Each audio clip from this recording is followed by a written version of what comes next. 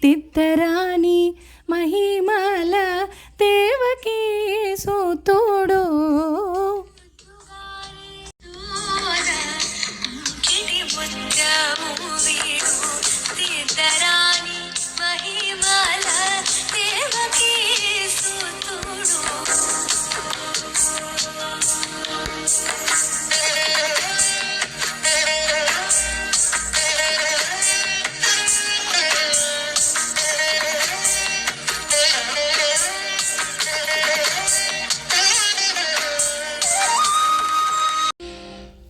ఈ భూమిపై ఎన్నో దివ్యక్షేత్రాలు, వాటిలో అత్యంత రహస్యాలు, మహిమలు, అద్భుతాలతో నిండిన క్షేత్రాల్లో ఒకటి ఒడిస్సాలోని పూరి జగన్నాథ ఆలయం.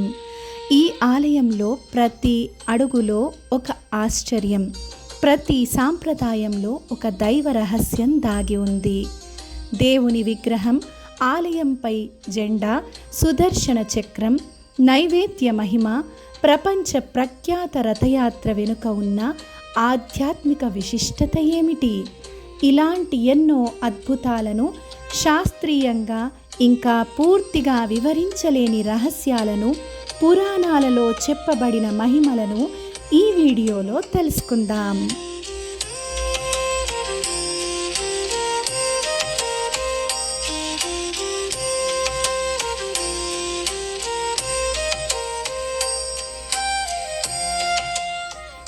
అందరికీ నమస్కారం. ప్రణవవాహిని యూట్యూబ్ ఛానల్కి స్వాగతం. ఈ వీడియో నచ్చినట్లయితే లైక్ చేయండి, షేర్ చేయండి. ఇంకా ఇలాంటి ఆధ్యాత్మిక విశేషాల కోసం ప్రణవవాహిని ఛానల్ను తప్పకుండా సబ్స్క్రైబ్ చేసుకొని బెల్ ఐకాన్ని ప్రెస్ చేయండి. పూరి జగన్నాథ స్వామి విగ్రహాలు ప్రపంచంలో ఇతర దేవాలయాల విగ్రహాల కంటే పూర్తిగా భిన్నంగా దారు బ్రహ్మ చెక్కతో తయారు చేయబడతాయి. అందుకే వీటిని దారు బ్రహ్మ స్వరూపాలు అని పిలుస్తారు. ఈ జగన్నాథుడు, బలభద్రుడు, సుభద్రమ్మ వారి విగ్రహాలకు చేతులు, కాళ్ళు పూర్తిగా లేకపోవడం వెనక ఒక పురాణ గాథ ఉంది. రాజు ఇంద్రద్యుమ్నుని ప్రార్థనతో విశ్వకర్మ వడ్రంగి రూపంలో వచ్చి తాను గది తలుపులు మూసుకొని విగ్రహాలను చెక్కుతానని, పూర్తయ్యే వరకు తలుపులు తీయొద్దని చెప్పాడు. కానీ రాణి ఆందోళనతో మధ్యలో తలుపులు తెరిపించడంతో విశ్వకర్మ అదృశ్యమయ్యాడు. అప్పటికే విగ్రహాలు అసంపూర్ణ రూపంలో ఉండగా అదే రూపాన్ని శ్రీ మహావిష్ణువు తన దివ్య సంకల్పంగా అంగీకరించాడని పురాణం చెబుతుంది.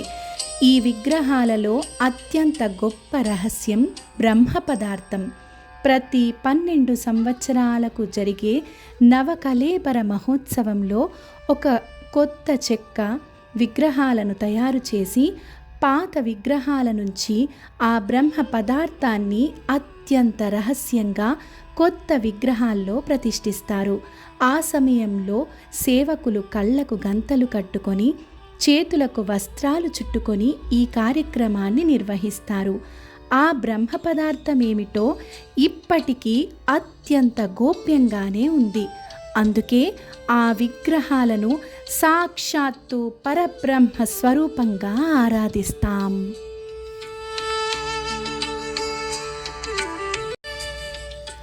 సాధారణంగా ఏ గుడి గోపురం మీదైనా పక్షులు వాలతాయి.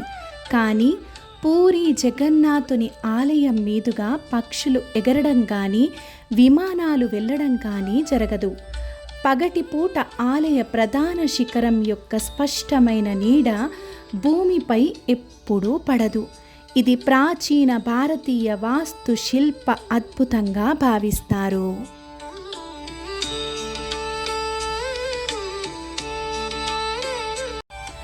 ఆలయంపై ఎగురుతున్న జెండా, పతాకం గురించి భక్తులు ఎంతో విశేషంగా చెప్పుకుంటారు. ప్రతిరోజు జెండాను మారుస్తారు.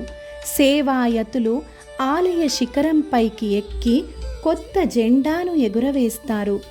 దాదాపు 214 అడుగుల ఎత్తున్న గోపురంపై ఎలాంటి భద్రతా పరికరాలు లేకుండానే సేవాయతులు ఎక్కడ భక్తులకు ఆశ్చర్యాన్ని కలిగించే సాంప్రదాయాన్ని ఇక్కడ పాటిస్తారు. ఈ జెండా ఎప్పుడూ గాలికి వ్యతిరేక దిశలో ఎగురుతుందని ప్రసిద్ధ నమ్మకం. జెండాను రోజు మార్చకపోతే అశుభమని స్థానిక సాంప్రదాయంలో ఒక విశ్వాసం ఉంది. అందుకే ఎలాంటి వాతావరణమైనా ప్రతిరోజు జెండాను మారుస్తారు. జెండాపై సూర్యుడు, చంద్రుడు వంటి పవిత్ర చిహ్నాలు ఉంటాయి. ఈ జెండాలోని ఈ రహస్యాలను స్వామివారి మహిమగా, వాటిని చాటి చెప్పే ఆధ్యాత్మిక చిహ్నంగా భావిస్తారు.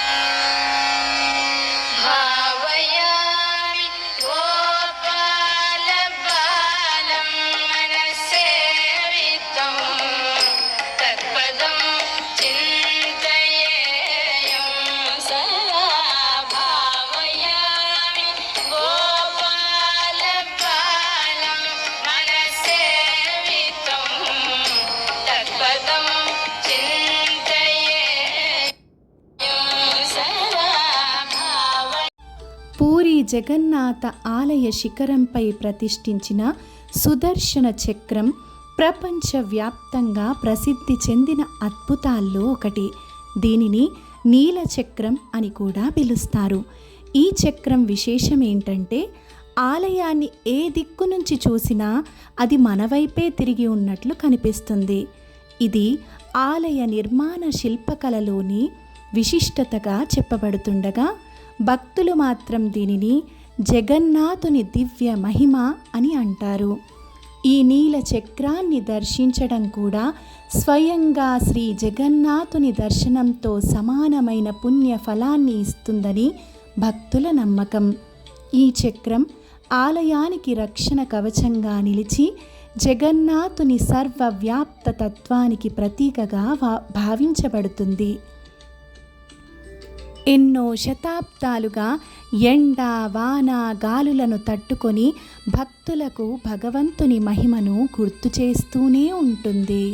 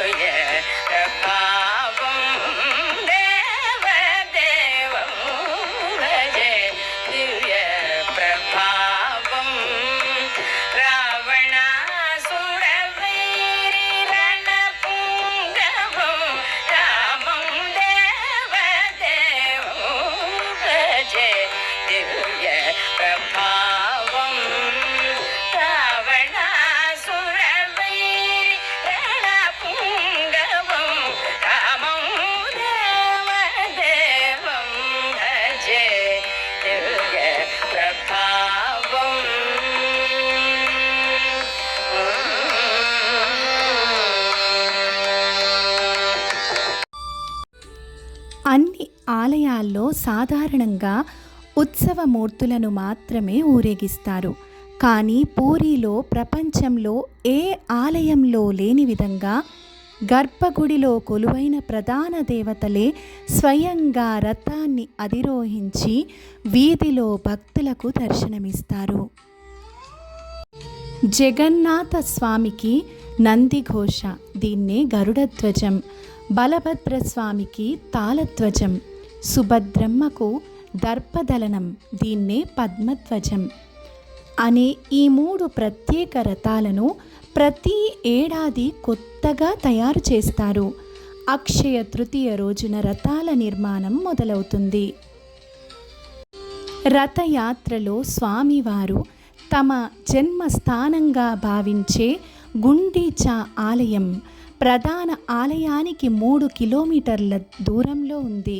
ఇక్కడికి చేరుకుంటారు. ఇక్కడ 9 రోజుల పాటు పూజలందుకొని తిరిగి ప్రధాన ఆలయానికి వస్తారు.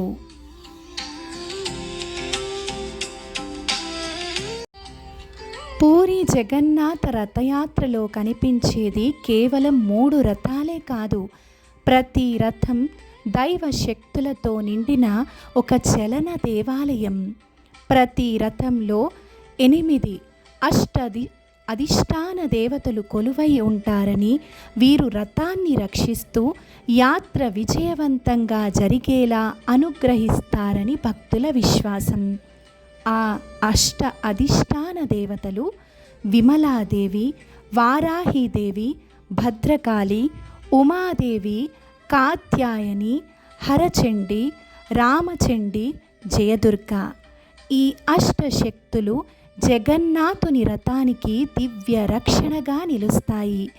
ఈ రథయాత్రలో జగన్నాథునితో పాటు ఈ దేవతలు కూడా ప్రయాణిస్తూ భక్తులను అనుగ్రహిస్తారని చెబుతారు.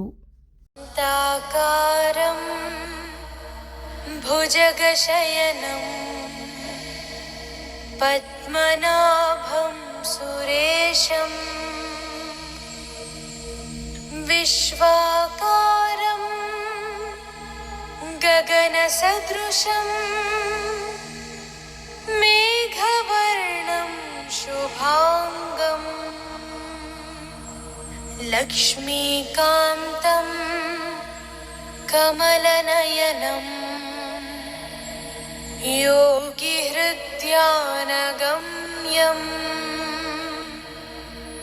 వందే విష్ణుం భవభయహరం సర్వలోకైకనాథం.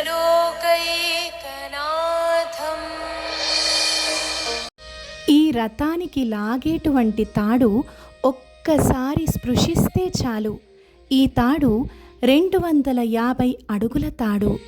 శంఖచూడ సర్పం ఆవాహన చేయబడి రథానికి కట్టబడి ఉంటుంది. ఇంత గొప్పనైన రథోత్సవం విన్నంత మాత్రం చేతనే అనుగ్రహం కలుగుతుంది. రథాన్ని లాగడానికి లక్షలాది మంది ఒకే తాడును పట్టుకుంటారు. ఎలాంటి భేదభావం ఇక్కడ కనిపించదు. ఐక్యత, సమానత్వం, భక్తి ఇవే జగన్నాథుని నిజమైన సందేశం.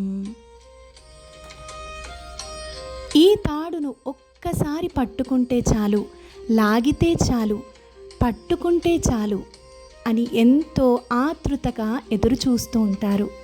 ఇక్కడ లక్షలాది మంది రథయాత్రలో తాడును లాగుతారు. భగవంతుని ముందు అందరూ సమానమే.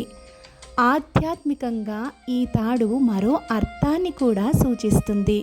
భక్తి అనే తాడుతో మనసును భగవంతునికి కట్టిపడేస్తే భగవంతుడు మన జీవిత రథాన్ని ధర్మ మార్గంలో నడిపిస్తాడు. రథాన్ని లాగేది మన చేతులే అయినా మన జీవితాన్ని నడిపించేది జగన్నాథుడే. అందుకే జగన్నాథుడే లోకనాథుడు. గమన తవ చరణ కమలమివ మనసి లసతు మమ నిత్యం. గరుడ గమన తవ చరణ కమలమివ మనసి లసతు మమ నిత్యం. మనసి లసతు మమ నిత్యం. మమ తాపమ పాకురు దేవా, మమ పాపమ పాకురు దేవా, మమ తాపమ పాకురు దేవా, మమ పాపమ పాకురు దేవా. హరి హరి నారాయణం అఖిల లోకనాయకం ఆద్యంతరహితం ఆదినారాయణం.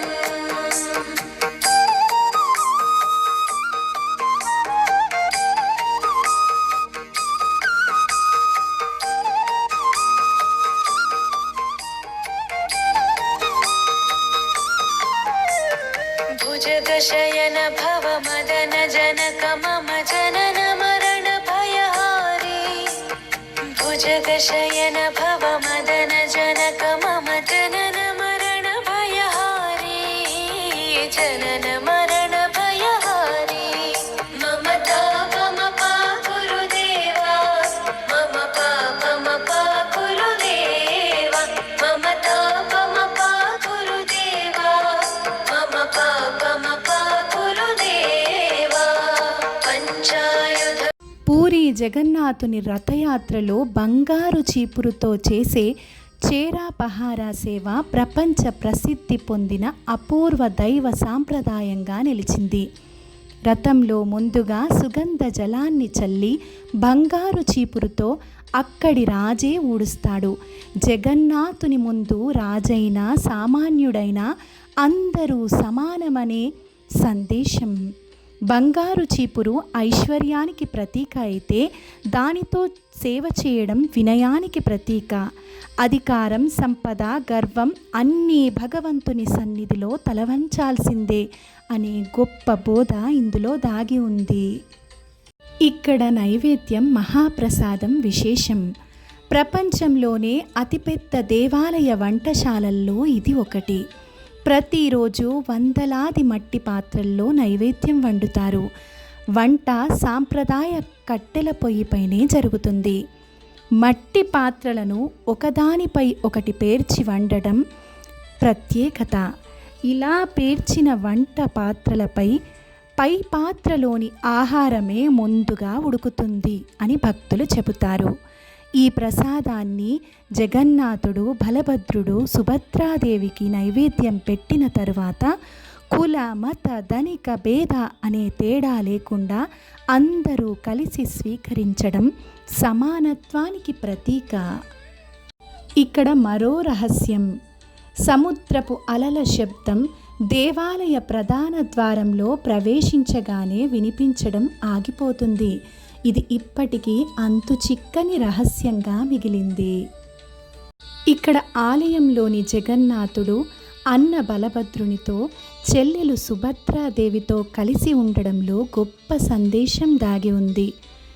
చిన్న చిన్న కారణాలకే నువ్వెవరు అని, చిన్న చిన్న కారణాలకే ఎన్ని సమస్యలు వచ్చినా, మనస్పర్ధలు ఎదురైనా తోబుట్టువులకు దూరంగా ఉండకూడదు అని, కుటుంబాన్ని నిలబెట్టుకోవాలని ఆ శక్తి ప్రేమకు ఉందని చాటి చెబుతుంది.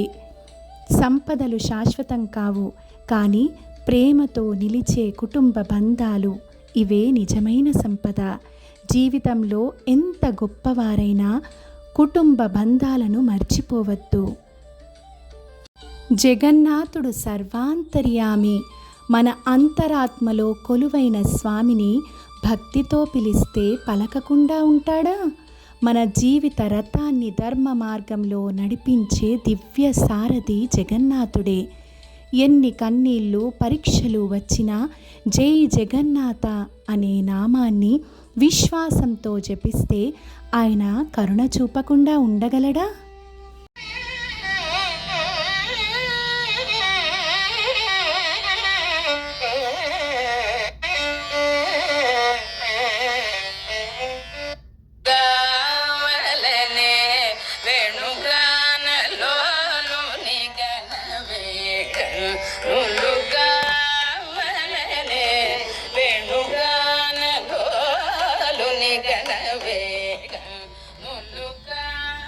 ఈ వీడియో ద్వారా మీలో ఒక్క క్షణమైన భక్తి భావన కలిగి ఉంటే ఒక లైక్ చేయండి, షేర్ చేయండి.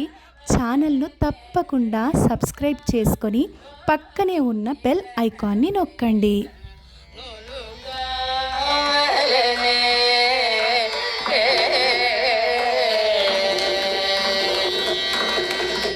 చివరగా ఒక్కసారి అందరము కలిసి చెబుదామా? జై జగన్నాథ, జై జై జగన్నాథ.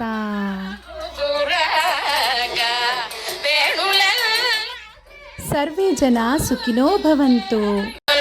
ధర్మో రక్షతి రక్షితః. ధన్యవాదాలు.